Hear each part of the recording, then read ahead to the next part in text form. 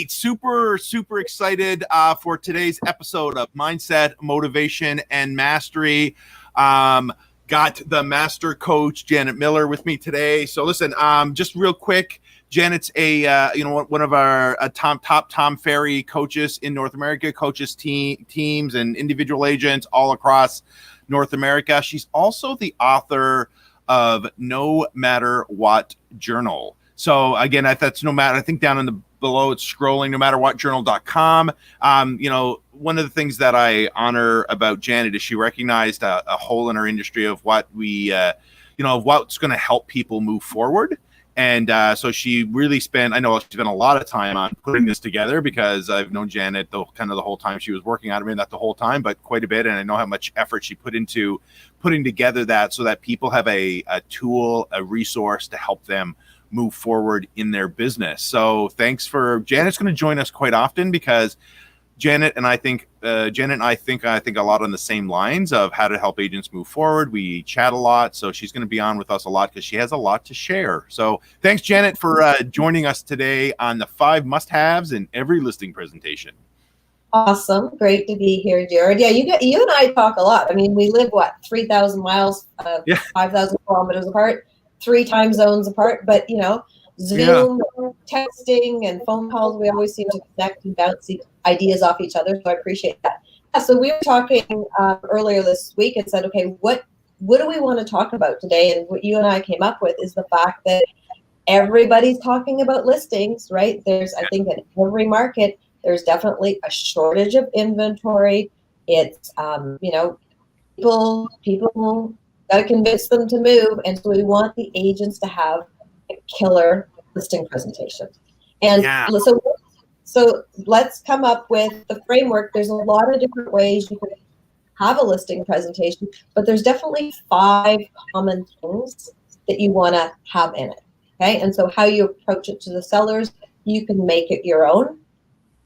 So let's go through the 5, and then I want to hear how you feel about each of these 5. And we'll cool. talk about that. Yeah, let's do that. Listen, right now it's a lot of agents always want the easiest source of business, right? So right now there's tons of buyers out there, but here's the struggle with buyers. When we've got no inventory, it's a challenge because we're showing homes, we're losing offers, and all of that sort of stuff. So while that's an important piece of the business, the other side of that business is, I always say, a listing taken in this market is a listing sold. So it's worth the time to go out and find it, because you're not having to have that listing sit on the market forever. It's going like this. Have a client, and we talked about the fact that their team runs a lot of buyers, right? And they do a lot of buyers, and they were struggling, not because they had a lack of leads, not because they had a lack of opportunity. It's because they had a lack of inventory, and their buyers were struggling because their agents were spending more time on appointments, showing homes, writing offers, losing, moving on to the next one, all of that, trying to find shadow inventory, which I think we'll talk a little bit today about. So I said to them, well, why don't you just go and get the listings, right? And so they came back the next call, and they're like, you won't believe our numbers this week. And I'm like, cool, that's awesome, right? And they had, I think, 6 under contract in 7 days, and 4 of those were new listings that they literally called, took right away, and they sold multiple offers right away, right? So in a matter of 7 days, they turned their business around simply by changing their focus on what matters most, or what matters in this market. And then I said to them, well, we need to master that. If we master the listing presentation, if we master making focusing on going on these appointments, we want to master those appointments and up our conversion, which hence why we're talking about this today. So let's talk about the 5 P's. Give them to me and let's go through them. Yeah, 5 P's. Now, before I give them to you, I want you to think about something. I was part of some research a couple of years ago, and we interviewed top producers, and we said, hey, what do you do in a listing presentation? And before I went into this group, I thought, oh my gosh, they're going to tell me about all the PowerPoints they do and all the fancy charts they produce and everything. And what was really interesting is these top producers came back. When we said, what do you do in a listing presentation? They say, we look the seller in the eye, and we focus on building trust and rapport. Our goal is to look him in the eye and say, we got this. We've done this before. Here's how we do it. We got this, right? And just making the seller feel calm, and that you are in control. And so these 5 things, as you mentioned, they all start with P. So that's what makes it really easy to remember. Okay, P number 1, pricing, right? You want to have a solid pricing strategy. So you want to convey to the seller what your strategy is, why you're pricing it the way you are, right? Whether you're pricing it to get multiple offers, depending on, how is it a buyer's market? Is it a seller's market? But just you have a very strategic plan to price it, how you're going to price it, right? And so pricing strategy. Right, so P is for pricing. And think about, don't go heavy into charts and graphs. Think about if you went to a doctor and you had a sore knee, and you wouldn't have the doctor like open up his or her laptop and pull out all the graphs and the charts and the studies and tell you like why we're going to do this and the percentage of success and certain. The doctor would look you in the eye and says, okay, here's what we're going to do. Here's the surgery we're going to do. Here's the therapy we're going to do. Here's the medications, right? So it's all, again, about trust and rapport. So have confidence in what your pricing strategy is going to be. That's P number 1. P number 2 is preparation. So what are you going to do to get that property looking its best? So have your formula.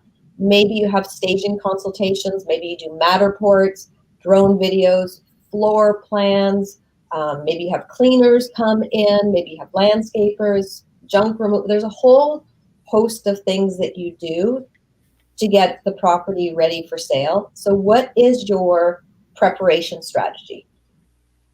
Okay. What are your comments on that in terms of preparation strategy? Anything else you can? Well, so let's just go back to pricing. Like, I think pricing right now is, again, we've got a huge opportunity, because ultimately, we have a market where we are really seeing, I don't know, kind of an upward trend or upward pressure on price, right? So, again, the pricing strategy, it's really important that we really convey to the seller the importance of having a strategy, that we're just not out there poking and hoping or whatever, that we have a strategy of what we're looking for. Because sometimes, like, you can go in and say, hey, we're going to price it here, knowing that we're going to get multiple offers. Like I was with an agent here recently. They were doing a house referral for a friend. And we talked about, hey, I want you to price it here, simply because if you price it here, we know we're going to get multiple offers. We know we're going to be, and the house sold for $30,000 over ask, right? So Right. Versus someone who is going, hey, I want to test the market and see what's going on. And so get clear on what the best goal is for people on that, for sure. So, and then, preparation, this is the challenge with listings right now. Like, when you say preparation, you're saying like internal, like get it, looking good, While I don't know the other P's at this point, when I think of preparation, I think, wow, like, how do we set up it to get as much exposure as we can? Is there any of the P's talking about marketing? Yeah, that's the next one for both. Okay. Yeah. Well, let's go on to the next one, and then I'll talk about that. So preparation again, making your house look the prettiest, right? Again, the prettiest house, the cleanest house. Again, we're going after as much money as possible. So in your preparation, the better we make the house look, the more we get people through, the better exposure we get. Right. And so that's the goal is, if we prepare it and we do that, we're going to get more traffic through it. More traffic means more offers, more offer means higher price, because, all of that. So, sorry, go on to the next one. Well, I'll add one more comment on preparation. Something really powerful you can do in your listing presentation around preparation is show sellers before and after pictures you did to get the house ready for sale. Hey, when we walked in and discussed selling the house, here's what it looked like. Okay. We did a staging consult. We decluttered it. We got it ready. Because when it's on MLS and when it's on your website, they're seeing the beautiful version. Yeah. How they took it from where it was to where it is. Okay. Before and after pictures, take out your iPhone. It just creates a good visual story. Okay. So we've talked about pricing, talked about preparation, and now we're talking about promotion. So what is your marketing strategy, right? What is your marketing strategy to expose it to the market, to expose it to as many qualified buyers, to get the word out to your fellow agents that this is the property, this is when it's coming on the market. And I know you had some comments on that because you and I were chatting about that yesterday. Like, how do you promote it in a market correctly in a market like this, given some of our restrictions and the craziness of the market? Well, and I think the biggest opportunity that agents miss is this promotion piece, because they don't promote it until they put it on the market. And once it's on the market, it's sold like this in this market. And therefore they miss all the opportunity of being able to promote this. So, again, across North America, there's different rules on coming soons or how to market a coming soon. And I think, so wherever you are in the country and watching this, be super clear. Like, I was on a call yesterday, and in this specific market, I think it was like 20 or 24 hours. They could do coming soon 24 hours before. There was another one I was on a call with yesterday. It's 21 days. I don't know where 21 days comes from, but 21 days before you can do coming soon. So whatever that is take advantage of the coming soon marketing, because if you don't, you're not going to get out of it. Take advantage of the just sold marketing, because if you don't, you're not going to get the marketing out of it. So in today's world, when we talk about the marketing of the home, to a seller, we're being very clear with them. Like, the reason we're not taking the listing today and listing it tomorrow is we want to create excitement. We want to create some energy around it. We want to let people know that I saw a picture of one of my clients. They listed a house, and there's literally a line out the door down the street to get in to see this house, because listings are there's very few on the market, right? So how do we promote it? And again, going from a simple live video in front of the house the day that you sign the listing agreement. Hey guys, I'm so excited. We've got coming to market here in the next little bit. This great house behind me. It's a blank, blah, blah, blah, 2, 3, 4 bedroom, whatever.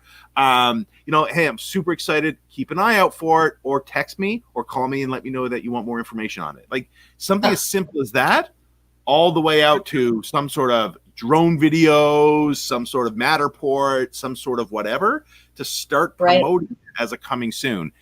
If your window's 24 hours, do as much in that 24 hours as you possibly can. If your window's 21 days, do it as soon as you can. Right.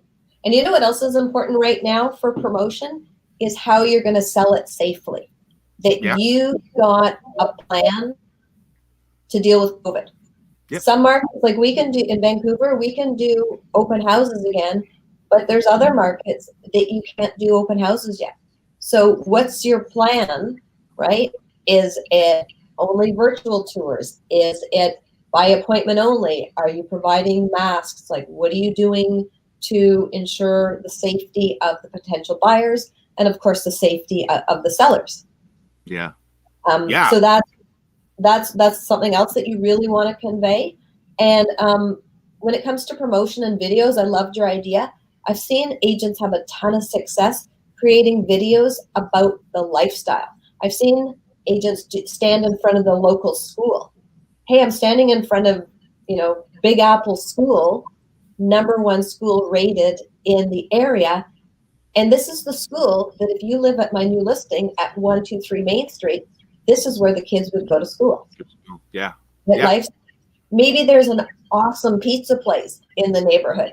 Stand in front of that pizza place. Hey, can you imagine getting delivery from this place? It's a 2-minute drive from our new listing at 123 Main Street. So show them the lifestyle of not only the house and the memories you can make, but also the lifestyle, the features and the amenities of the community.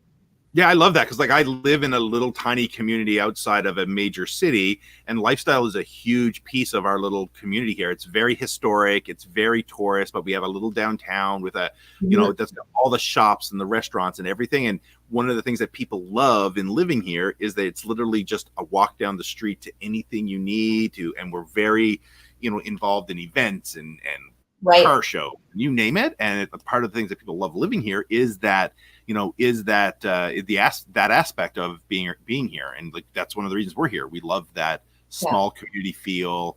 Everybody's engaged, all that. So it's huge. I love that. So there's going to be one of the thing is what you talked about is the COVID thing, is making sure we're explaining that stuff, right? That we're being safe, because there is still so much fear in our world whether it's in Canada where, our numbers are getting better to where, places in the States where they're just still going up, right? So it's making sure that we are, that we're showing people that we have a plan. The call that I'm doing on Monday, which you guys should tune in, it's a guy who is mastering doing virtual tours. But one of the things we talked about this week was him doing his virtual open houses. How is he setting up his virtual open houses? Because last week, one of his agents did a virtual open house and got 2 leads and put 2 offers in on houses this week from his virtual open house. Right. So they work. Yeah. Cool. They work. So we're now going, how do we make this work better? Because in his area, he can do some open houses, but he's like, the virtual ones are easier for him and his agents. Right. So, right. Yeah. Right. I think when we got into like the depths of this pandemic and we were not allowed to do open houses and like even restricted showings, I think a lot of us kind of panicked initially and thought, how are we going to do this? Like, how are we ever going to get the qualified buyers in?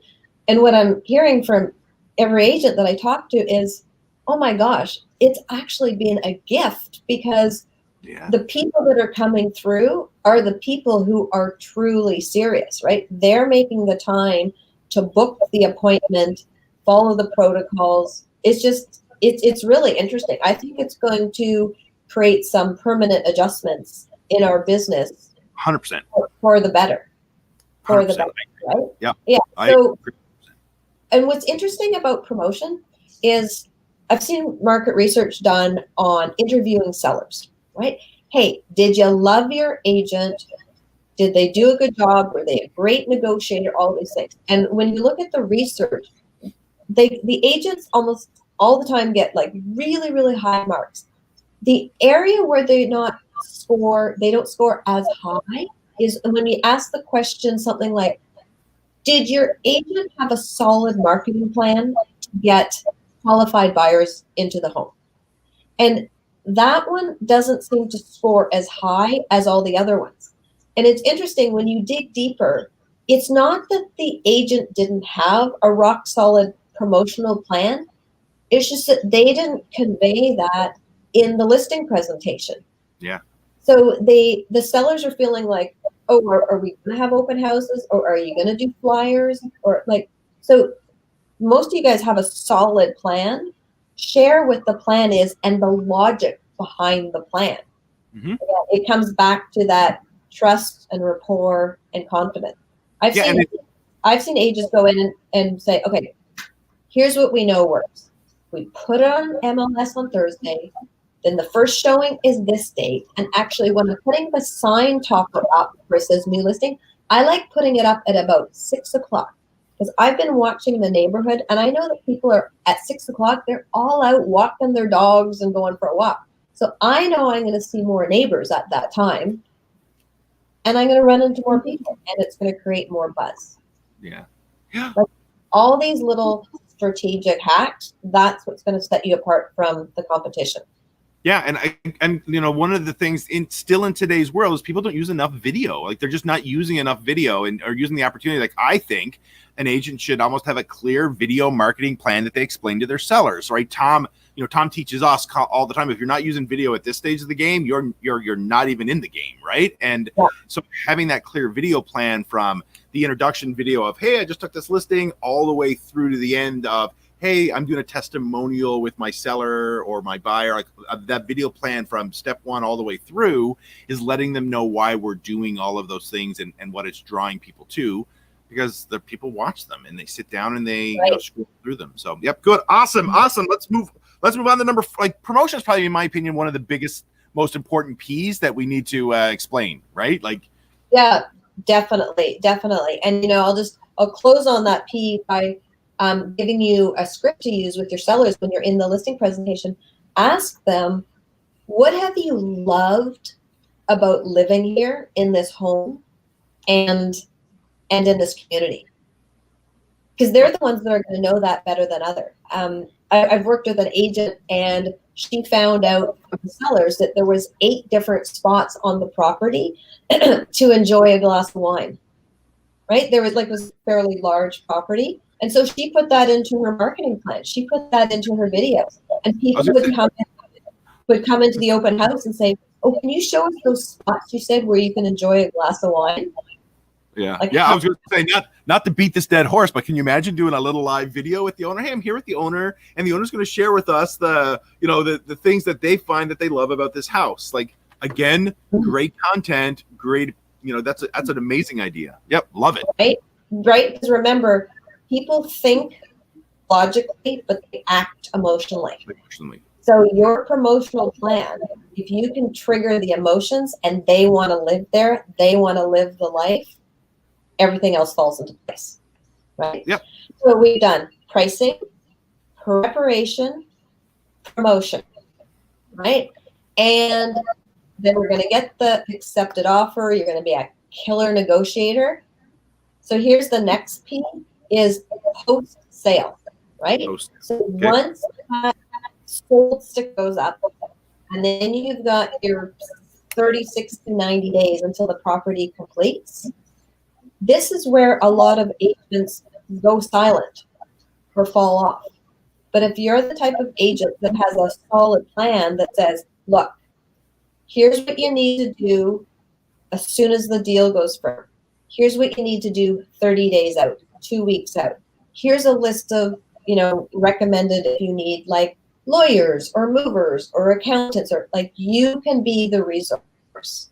You've got people who maybe have never sold before. You have people maybe who haven't sold in 20 years. You maybe have people who are selling and moving to a different neighborhood. They have a whole host of questions, or they don't even know where to begin.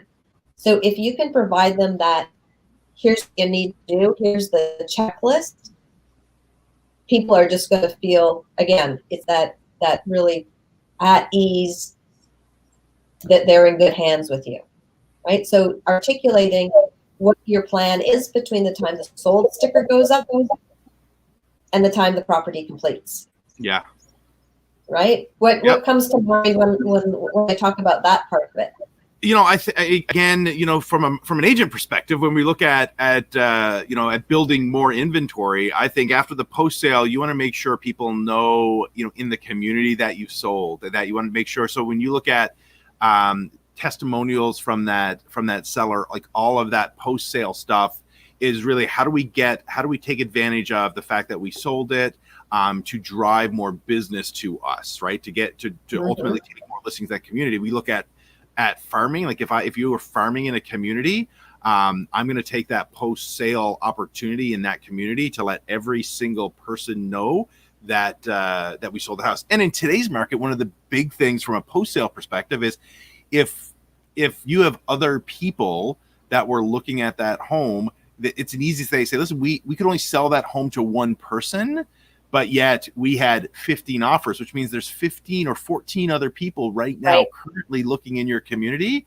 I would love to get homes listed to get to those 14 people, right? Using post-sale opportunity and making sure that that's a part of our plan. Because like you said, like an agent gets a listing, goes, oh my gosh, this listing's going to sell so quickly. It's going to be so great. They post it in, they sell, and they go, woohoo, and they miss every piece of opportunity. And then it closes, and they go, oh, I got the commission check. I'm so happy, blah, blah, blah, blah. I'm going to send some good agents send over a gift to the sellers and go, woo. And then they don't call the seller again for another 4 years, right? And they go, hey, I haven't talked to you for 4 years. Like, let's take advantage of all of the opportunity from a marketing perspective all the way through the sale, right? So for sure, right. Absolutely. So that actually leads into P number 5, which is proof. You want to provide proof. Two kinds of proof. Number one is that you've done this before and that people love how you do it.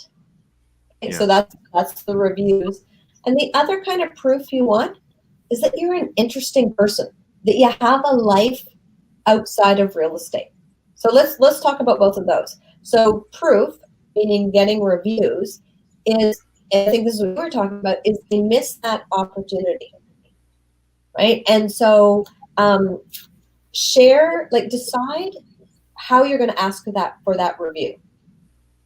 Are you going to ask, like a lot of agents now are asking for it when the deal goes firm? And you know what? That's probably a good time to ask for it. Because that's when, would you agree? That's when the sellers are like, woohoo, jumping up and down, received more money than they could have expected. Yep. And that's a good time to ask for it. Reviews and referrals. And referrals. Yeah. Yeah, definitely. I've seen an agent do this, and I think it's so smart. In their listing presentation, they provide the seller with a checklist, right? Here's what I'm going to do. Here's what I need you to do. Here's the timelines. And at the bottom of their checklist, under one of their things, is earn a 5-star review. So they're not saying, I'm going to ask you for a review. They're saying, one of my objectives is I'm going to earn the right to a 5-star review. Like, I'm going to hustle and grind so I do such a great job that I get that opportunity for a 5-star review. Yeah. Right? And so your seller knows all the way through. But yeah, you want to share with them, you want to have proof. And here's a couple of hacks around having proof and reviews. If you're putting reviews up on your website, what you want, don't have them buried. Like, don't have them in the about section and then underneath. Have them front and center, either on your homepage or have like little quotes throughout all different spots on your website. So they're always seeing, wow, Jared did an awesome job. Okay, so that's number one. And number two is on your website, have it say the neighborhood they were in. So if I go on your website, I'm like thinking, oh my gosh, Jared sells in that neighborhood? Oh yeah, I totally know that neighborhood. Oh yeah. So it's like you have the name of the seller or the initials of the seller or whatever, and the neighborhood. It shows that you do a good job in that neighborhood. Yeah. Yeah. And no, right? So you want to have in your listing presentation a portfolio of reviews. And those reviews can live on your website, Google, LinkedIn, Facebook. On Instagram, you can create stories, have a highlight on your Instagram where it shows what other clients are saying, right? But show proof that you've done it before and people love what you do. Yeah. The other kind of proof is that you're an interesting person. So on your bio, don't feel the need to talk about how much money you've made or all the awards you won. How about you talk about what your passions are? Because again, that's how you can build trust and rapport with these people. Shows if you're a dog lover, if you're a wine lover, if you love camping, hiking, you're a family person, you donate to certain charities, whatever it is, it allows you to form that connection with the seller. Yeah. Yeah, absolutely. Yeah, no, absolutely. So, when it comes to reviews, I think we got to be very clear on where our reviews are going, and make sure. So I was working with the client this week about what place, like you had started the conversation with, what place is it in the transaction, and now they've added a line for their transaction coordinator in that they send in an email with a link to take them to. Now they use Zillow reviews, but whether it's Zillow reviews, Google reviews, Facebook reviews, I don't care where you put your reviews, but now they have a link where it's doing. We also looked at a site that they actually have a page on their back end of their website that simply had a green smiley face, yellow face, red face, and it was good, not bad, bad. If they wanted to click a button, they would click the good button, and it would take them directly to where they do the review. If it was not bad or bad review, instead of going to the review, it gave them an email box where they could email the team to let the team know or let the agent know what they did good and what they didn't do good, right? So they can take that. So once we get those reviews, I think your biggest opportunity then is how do we expose them? Just like you said, how do we get them out in front of people so that people know? So in today's world, it's so easy to get things up in front of people. Like when I did real estate, 20 years ago, the only choice we had was like to rent the billboard on the side of the highway, which was like $1,000, $1,200 a month, which is a lot back then. Now you could get those testimonials up in there. So what I always tell clients is testimonials are incredibly important because again, it's social proof that you do a good job, which helps alleviate, people or allows people to build trust with you quicker because they say, hey man, this Jared helped Janet and did a really good job. He'd probably do the same for me. Right.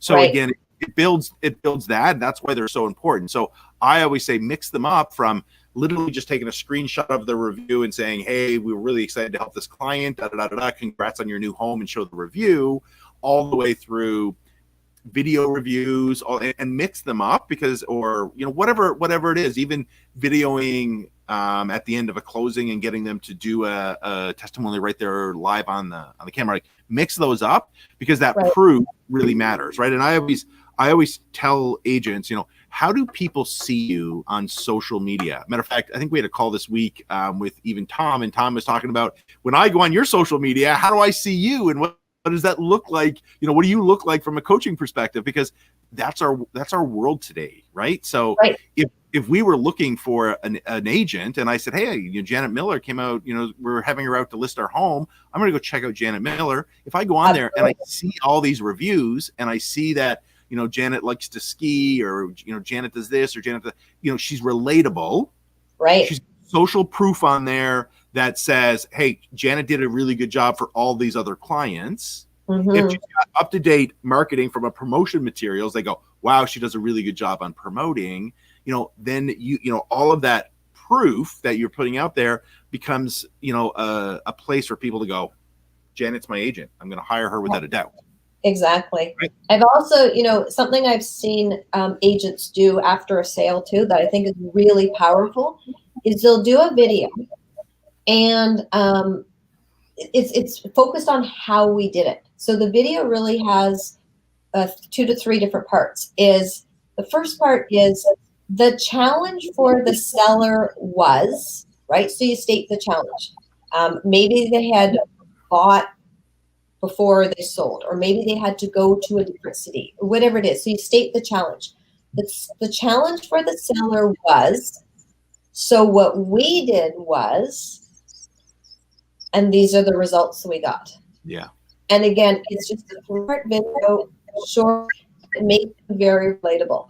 Oh my gosh, we've got that problem. We're moving to a different city, and we've got tight timelines, and we don't know anybody in the other city. Yeah. Wow, this agent Jared could solve that problem. He's done it before. He's got rave reviews.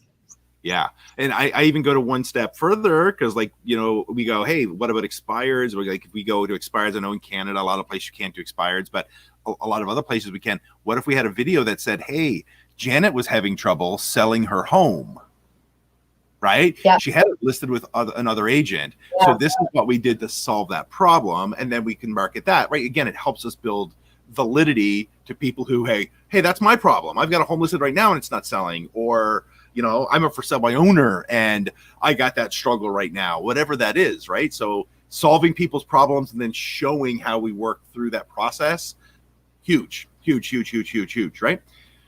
So we're at 33 minutes. I don't want to run into too much time. What other points? Because I got when we look at sellers in this market right now, sellers need to act now. Number one, inventory, a crazy inventory shortage all across, no matter where you are. I mean, there's a few markets, a few tiny markets in different areas that maybe don't have a crazy inventory shortage, but for the most part, we're in inventory shortage. There's an upward pressure on price, which is very rare in our market. It's very rare that we have an upward pressure on price where, people aren't going now, oh, how much do I go below the asking price? People are going, how much do I go above the asking price? What's the most I will pay for this property? Which is really rare. So sellers, that doesn't happen often for sellers, right? There's less competition, less competition, because again, there's homes that sellers are just coming off the market. There's no homes on the market. Mm-hmm. Buyers in the market right now are a lot more serious, right? We got buyers that are super, super serious in the market because they need a house and there's not a lot out there. There's a spike in buyer activity, right? So we got a spike in buyer activity without a doubt, simply because there's no inventory. And then for buyers, it's record low interest rates, right? So for a seller, they need to list now because a buyer can buy more house now than they ever could. Right. And then ultimately the last one. So when we're talking to a seller and they're all of these are the objection handles for that. And the last one is simple. Window's open now and that can change. Your window to list your home and get more money is open right now. So that can change at any point. Yeah. Right. So we want to make sure that we're creating motivation for our sellers to do it now, because that can change. So get super clear on what I call the 7 reasons that sellers should move now, so that when you're on your listing presentation, you go through your presentation and they come up with objections, that you're there with everything of why they need to do that right now. Right. And that the last point is what's really, really critical is, and that could be a whole other topic, but it's going through the scripts, right? This is what we talk about in coaching all the time, is like visualize that meeting, visualize those potential objections, visualize the close, and have those scripts that get internalized so you know exactly what to say. And then you've got that cadence of, okay, here's the 5 things I got to make sure I cover. Here's how I'm going to cover it. You know what? Most agents are crazy busy right now. So I'm anticipating someone could watch this and say, okay, this all makes sense, and I've got to revamp my listing presentation, but when am I going to have the time to do this?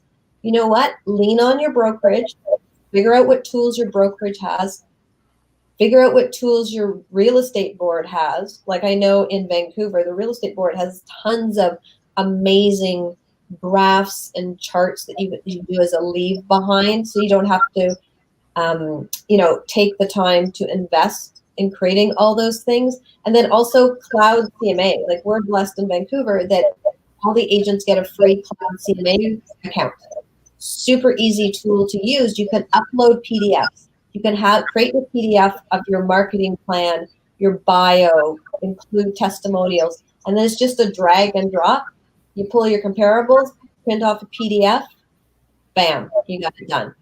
Yeah, I was listening to a training the other day. I can't remember. It's a guy I follow, and I'm having a brain, whatever. As I'm getting older, I keep forgetting things. I don't know what that is, but anyway, I was on a training with him, and his his training was about listings, and he said, when you're looking right now for sellers, you should be like, what sellers should be on the market, like ones that are on the fence, or buyers that are sellers. Like, I don't care if they can't find a home, they should be on the market because of all of those exact reasons, right? Who could be a seller. So sellers, you're talking to your sphere of influence, and the seller says, oh, I think I'm going to list in a year or two.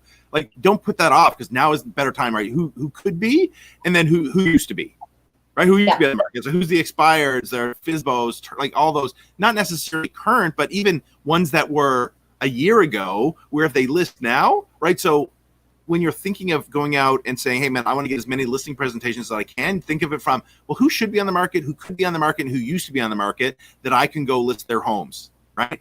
And then, to your point with handling objections, there's 4 things in handling objections, right? When we're handling objections, be very clear to acknowledge the objection, isolate the objection, which means, when I say isolate, it's going to be, hey, if we solve this problem, are you ready to move forward? So isolate it so they, maybe they have 10 objections, that you get them all so you know what they are, rather than solving one problem and moving on to the next. So isolate, address it, and then close it, right? And so the reason these 7 reasons are really important is to make sure that, we can acknowledge, isolate, address, close. Yeah. Right? Cool. So all right. Why don't we leave the group each with 1 pro tip from that we can add to this, right? So we've said what the 5 P's are: pricing, preparation, promotion, post-sale, and proof. And I'm going to add 1 pro tip, and then I'll get you to get. Okay, so here's my pro tip. The market is moving super fast. Okay. Don't rely on what you see on MLS. In addition to doing your research on MLS, take the time and drive the neighborhood and drive by that property before you go on the listing presentation, because something may still show up as active on MLS, but the sale hasn't been processed. So if you drive by the street, you may see that the neighbor actually has a sold sticker out front, and you want to get the 411 on what happened to that property, because you don't want to go into the presentation thinking it's still active and you're like, oh, right? Get the 411 from the neighbors. Love it. That's awesome. About the neighbors. Okay, what's your pro tip? Geez, Janet, you're putting me on the spot here. So listen, mine's not going to be for sellers, but it is going to be for sellers. And I'll tell you this. When we work with buyers, we have so many buyers out there, multiple offers, and we constantly are hearing, hey, I'm working with a buyer, they're, government, loans, FHA, VA, whatever, or they're, They're doing financing. They're being beat out all the time. So I'm going to say this. If you're working with a ton of buyers, stop sitting around and waiting for things to come on the market and go out and find what I call shadow sellers, which is, again, the same people, which are, again, neighbors. We talked a little bit about it. Neighbors that you listed in that maybe you won or you lost an offer on a house down the street. Go out and knock on some doors or make phone calls. I know it's kind of COVID, so it's maybe not kosher to knock on doors, but go out and seek out neighbors and say, hey, listen, my buyer just lost a house down the street. He really wants to buy in the neighborhood. Who do you know in this neighborhood that wants to sell?